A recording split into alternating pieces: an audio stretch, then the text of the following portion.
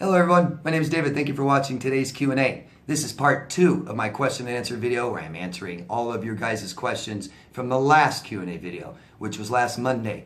This is every single Monday, so any questions you guys have today, please go down below, ask me anything you want. I'll answer them in the next Q&A video next Monday, okay? All I ask for is you guys leave your locations, please. Tell us where you guys live. I'd like to know just anything, country, city, state, hemisphere, planet, solar system, okay? We just want to know. I think it really helps us all feel a little bit more connected, a little bit more validated, okay? Thank you guys, appreciate it. Locations, please. Next question is Cindy from New Jersey. Hello, Cindy. My mother is borderline. I'm sorry. I have made strides in therapy, but still something bothering me. My mother posts old photos of me on her Facebook to make her look like a great mother and everything's fantastic, and that's the image she's projecting with the old photos, is what you said. That's not even bothering you so much as what's bothering you, you said, is the people you know are giving her emotional supply by believing this and stuff. And you said you can handle this in your head, but my heart is in turmoil with her manipulations of people. I'd imagine so. Fair enough, for sure. I can validate that. That would be awful. Cindy, you know, here's my opinion, okay, on family and disordered or abusive family members. Well, here, you know what? Let me say this. If somebody hurts you, I've said this before, but please try to make sense of this. If somebody hurts you, you need to process it. Okay? If you don't, it stays with you forever. So you try to process that somebody hurt you.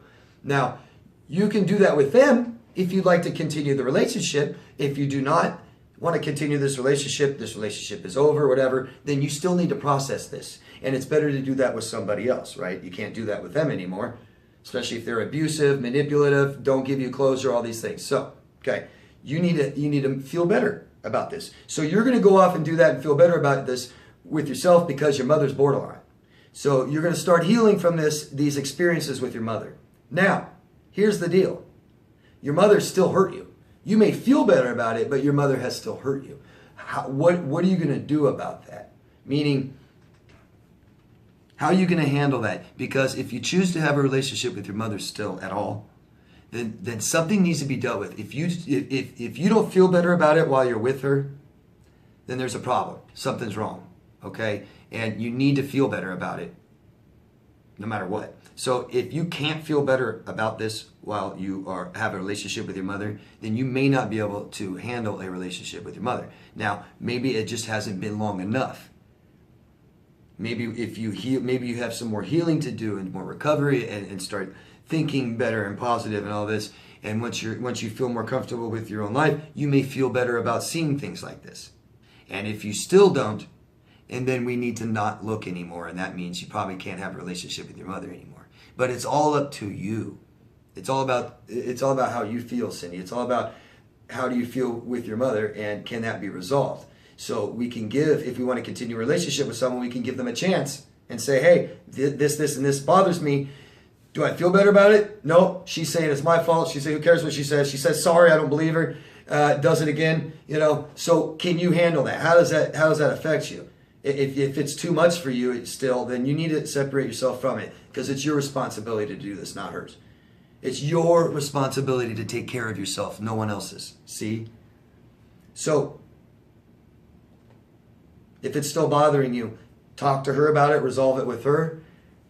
If that's not going to happen, then more healing to do. Talk about this with a professional. Bring these things up and discuss this until you feel better about it. And if you go around your mother and it's still bothering you, then you don't feel better about it, and you may never be able to. But you may, you know, it may just, you know, I don't know how long you've been in this process, Cindy, but, you know, if it's only been a few months, maybe not long enough. Give yourself another 6 months of healing and kind of create some distance with your mom and stop looking at things like that. And then maybe when you go back into her life, maybe these things won't bother you as much. Or maybe you find a gentle, easy, kind of funny way to call her out on it. maybe you can post underneath, you know, oh, Mom, why did you try and make it look like we had a perfect, you know? I don't know. I don't want you to get involved with toxicity, but it's up to you, Cindy, what you're going to do. But the bottom line is you need to feel better about it.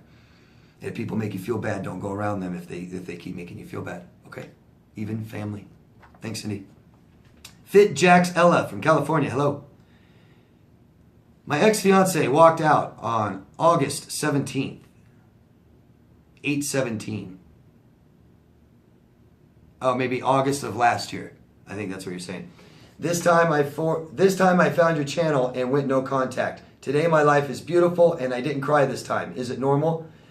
You know, I'm not going to tell you all the time. I will say sometimes things are normal, but you know, any reaction you have to emotional abuse, I can say is normal because somebody else has already reacts that way. And you know, this is just such an abnormal situation. What is a normal reaction? You know, it's awful. It's abuse. It's traumatic. It's okay you didn't cry. I hope you don't feel guilty. You said your life is beautiful, and if you feel good, good. That's what it's about, right? It doesn't bother you anymore. So that's what I'm saying. Something bothers you. We talk about it, process it till we feel better about it, and then it doesn't bother us anymore. We can talk about these things, and it doesn't bother us. There are things in my life that I have had shame from, and I have no problem talking about it today. Doesn't bother me. I don't have shame from it anymore. I process these things, okay? So yeah, it's normal and it's fantastic. Good job. Dawn from Melbourne, Australia. Hello, Dawn. Can you talk about Mercury and other toxicity that could bring about behavior similar to personality disorders? My crazy ex-girlfriend had amalgam fillings and suffered from that, as well as CPTSD from an alcoholic family. Emotional volatility is something you couldn't stand anymore and you left. So Don, yeah, the mercury and the fillings, I don't have a stance. I wouldn't know. The FDA says it's not a problem. So I'm not saying it isn't. That's just their stance. It could still be. I've seen cases where it is. But let's talk about mercury poisoning. Mercury poison can cause, you know, aggression and things like this. But emotional manipulation, no, not mercury. If she's showing CPTSD symptoms, grew up with an alcoholic father, and she's emotional, volatile, and abusive and manipulative, I don't think it's the fillings. Okay, Don? Even if a doctor diagnosed her with that, you know, diagnoses are wrong sometimes. Doctors are wrong sometimes, especially when they don't know anything about personality disorders, right? So if she went to a physical doctor to find out these symptoms and it's an emotional disordered problem, he won't find it, okay? Thank you. And also, I got to add, you know, we talk about exposure to things, like it's in the water, right? Well, not personality disorders because it's everywhere. It's not concentrated in specific areas like this. It's everywhere. Where there's people, there's narcissism, okay? Bjorn from Finland. Hello, Bjorn. Are borderlines actually convinced the relationship will work with the new person?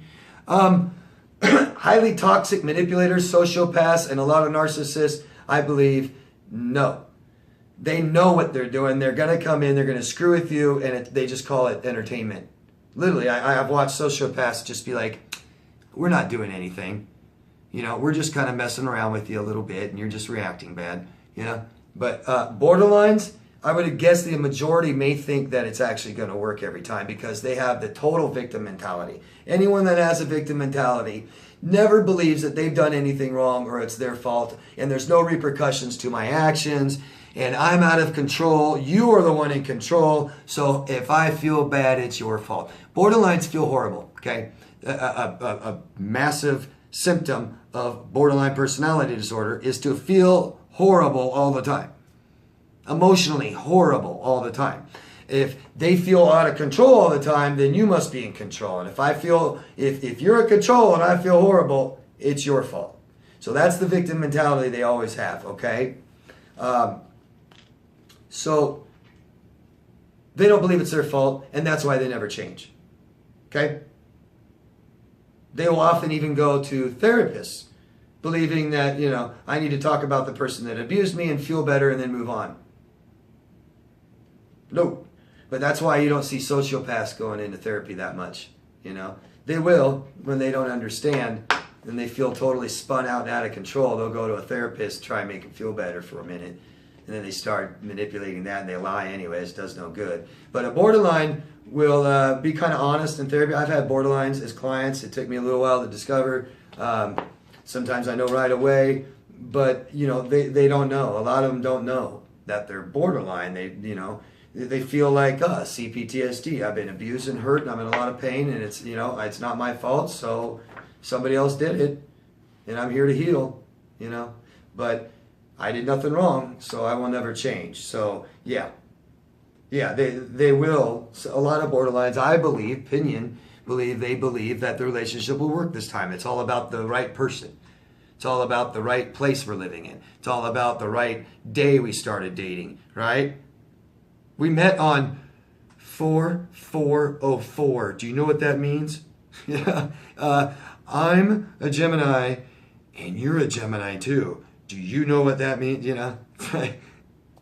It's gonna work. Fate. It's cosmic twins, soulmates. Not hating on all that, but borderlines believe in that, and that's what they're looking for. They're looking for true love, and right away with somebody they just met, love at first sight, all those things, man. What song was playing when we first kissed? They're so sentimental. It's crazy. Angela from Colorado. Hello, Angela. Can narcissists love their children? I don't know. Narcissists will tell you they do. Or I think narcissists will say I can. And some will say I do. Some will say I don't. Some will say I can't. I don't know. The problem, and a lot of other emotions we can examine easier. Love is so difficult to know if someone loves you because there's so much going on. There's so much going on than just one emotion. Love, we attach. We get attached. That can look like love. How they don't leave and keep coming back as, oh, they must love me. So I couldn't tell you if anyone in the world really loves someone. I don't know. That's a hard question to answer. I'm not going to try to. What a lot of people that are accused of not being able to love say, like sociopaths and psychopaths, they say, oh yeah, we can love. Yeah, it's just different. Different. I don't know what that means. That's too hard to know. If they don't understand, it's too hard for me to understand. What do they show? They show they don't love you, right? That matters. A father can tell me that they love their children all they want, but you got to show it, man. And so your next question is, can they pass it on to them? Not really genetically. There's a lot of tests saying that some of this is genetic, okay? But a father is not going to pass on narcissism through genetics. They're going to do it by raising them. So it's not contagious. They're not going to pass it on, so to speak, but they're going to create a narcissist as the same as they were created. They can do that as well because we raise our children the way we were raised typically. And narcissists might do that too. So if narcissists have been abused, neglected, no boundaries, things like this, then they're going to do it too, probably. Okay? So narcissists can raise and help develop another narcissist. But there is a predisposition that we're all exposed to in childhood. Narcissism could be one, but that's not why we turn into narcissists. People turn into narcissists because of developmental, environmental things. And yes, a father that's a narcissist could definitely make another narcissist, okay? Thanks. Hope that makes sense. If not, just ask me again. Thanks, Angela.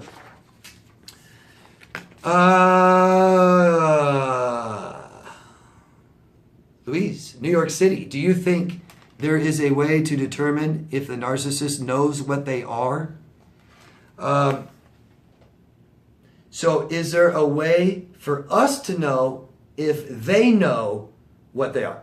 So, without them being diagnosed, without them being educated and learning, they don't know that they have narcissistic personality disorder. but they are aware that they're narcissistic and that the rest of us are not. That's something that narcissists are aware of.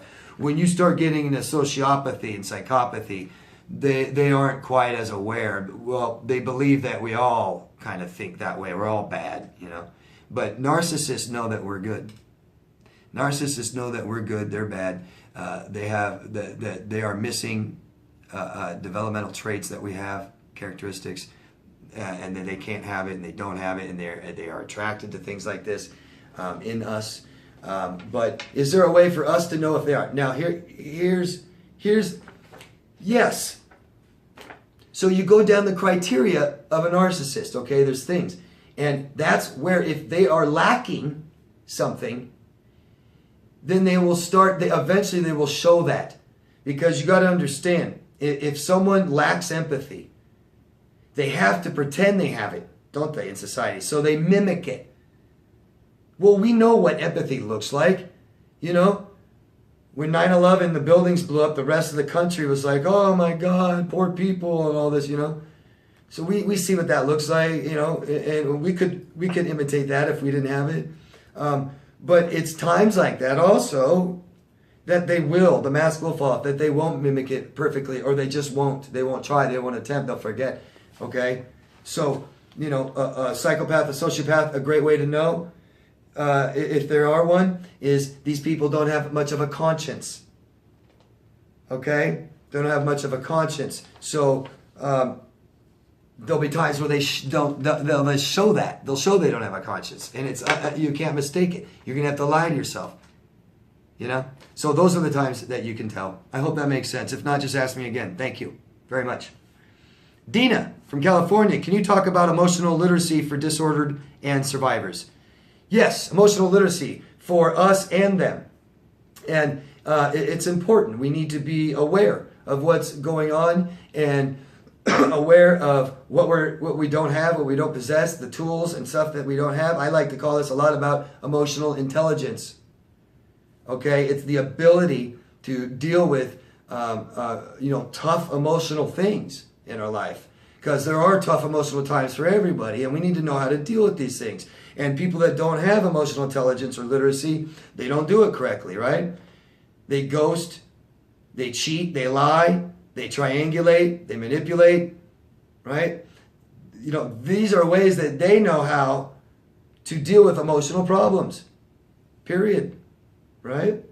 So, you know, survivors, you know, we all have problems with this. You know, if you have an emotional abuser, they're poor with emotional literacy and intelligence, and then the victim that stayed with them and married them and had their children and lived with them for 6 years, they did too. You know, they did too. So I've talked about this a lot before, and it's about how we meet our emotional needs. And it's simple. Both of us believed that we do it outside, externally, with other people, instead of realizing that we're in control of that on our own. So we're both searching and trying, and you've got disordered abusers who believe I need to manipulate people to make me feel a certain way, and that gives me things I need. And then you've got the victims who believe that I need to make people happy and do everything for them, so I'm a good person so that they like me. And it's a combination that works momentarily for a while, but that's not how we do things, okay? We fix things internally. So watch my videos on CPTSD. I talk about it a lot on how to do this, okay? Thank you, Dina. And if I didn't answer your question enough, please ask me again. Thank you. So Nikki from Colorado. My cousin is a drug addict. His girlfriend left him because of this, finally. Now, my grandma and my aunt are smear campaigning her to everyone and myself. What should I do? So, you have a cousin and a male cousin who's a drug addict, and his girlfriend left him finally. Left your family member. And you have other family members smear campaigning her now. Oh, she's a horrible person. And they're calling you, telling you this, and you don't want nothing to do with it. And then I read your next comment. You came back and said, I did it. It was actually a lot easier than I thought. I told them to stop and blocked them all. And you feel good about it. Fantastic. Great. That's awesome. Good. And, you know, you might be able to talk to them again when you learn how to deal with this better. It doesn't upset you so much, okay? Let me say this. Smear campaigns are antisocial behavior, okay? It goes against all social norms, rules. Normal people, straight up, normal, and I mean even halfway normal people, don't have smear campaigns. Never. It is so, what could be more antisocial, than discussing things like murder and rape, but realize that even murder and rape, these people do it behind closed doors. Smear campaigns are wide out in the open, aren't they? And they want everyone to see what they're saying and what they're doing, and they don't realize how they're acting, and their behavior is gross and ugly. Antisocial behavior, such as smear campaigns, is sociopathic, okay? So, a lot of us may do something sociopathic one time in our life, and we stop and we realize that was wrong. Let me make this perfectly clear about this. Antisocial behavior is sociopathic. That's what differentiates sociopaths from narcissists. For people to continue and not realize how they look, or especially show zero remorse or any kind of a conscience that they've been doing this to people for like a long time, you're a sociopath, okay? The YouTube channel that's been smear campaigning me all year long, I know I've said this a couple times to you guys know.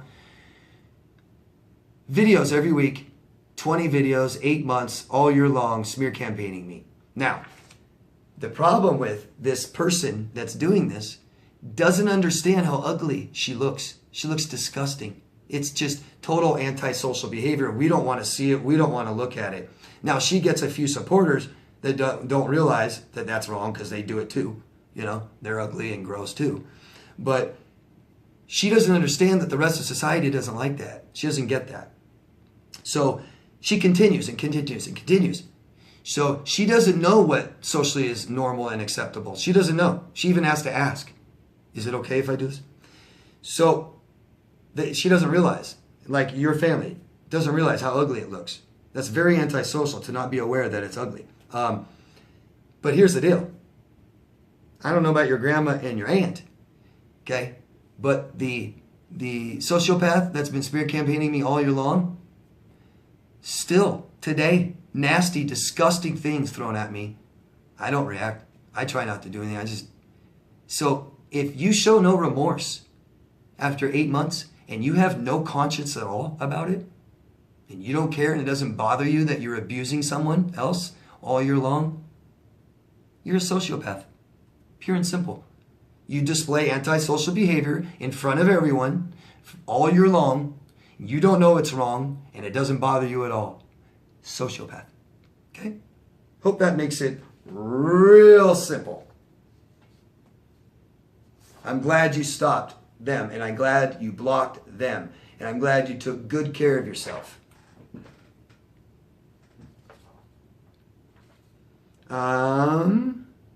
Next question is from Jeannie in Alabama. Hello, Jeannie.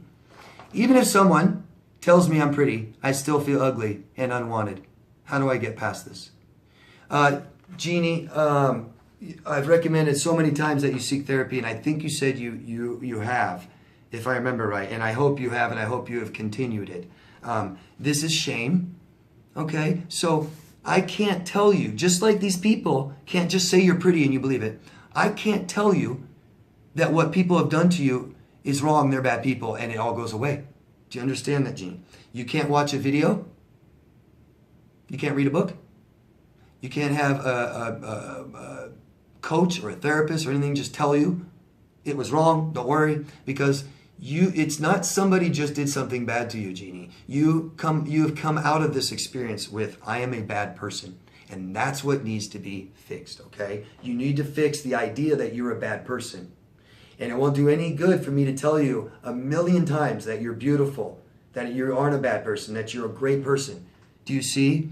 Do you see how I've been encouraging you, motivating you, and all these things? You've been watching videos, and you're starting to know this kind of stuff, but it's not helping.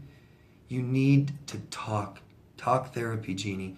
sit down with that therapist and you talk and you talk and you talk for hours until you feel better about the emotional abuse and trauma that people have been put on you and endured you with, okay? So you talk about things until you feel better about it, and you talk about things until your self-worth goes up. Okay? If you're all of you guys are finding hard to have boundaries and stuff like this, it's because you believe you're a bad person. You don't feel worthy. It's your self-worth. If you don't feel worthy to tell someone to stop, then you must think you're a bad person. That is shame. Okay? It needs to be dealt with. Shame is a big, ugly monster that follows us around forever, and it doesn't need to. The experience happened. It won't go away. So stop trying to make it. Stop drinking and drowning, ignoring it and blaming. And it just deal with it, process it, think about it, talk about it, all in healthy ways with people you trust. You know, and this big monster shrinks down to nothing. And all it is now is an experience that happened still. But you feel okay about it, totally. Okay? That's what you need to do, Jeannie. That's what I recommend again. And I hope you keep doing this, and I hope you seek therapy and stick with it like all of you, okay? Get the help you guys need. Get the support that all of you require and need. No matter what, if you think you need it or don't, it helps, okay? Okay? If I could assign, 100 cheerleaders to each and every one of you to follow you around all day and cheer you on, that's what you need, and that would help. If you can just find one to do that, do it. Okay? Thanks, guys. Always love yourself first. Help me and help millions of people suffering from this. And share this information. Okay? Not just my videos. Share everything about narcissism, about personality disorders, about emotional abuse, about CPTSD, about surviving, about suicide, all this stuff. Okay? I put my butt on the line all the time. I endure all kinds of abuse and smear campaigns and threats, and I spend a ton of my time, offering for free to do this for you guys. So please help me and spread it out so everyone has this kind of information available, okay? Thanks, guys. Love yourself first. See you next week.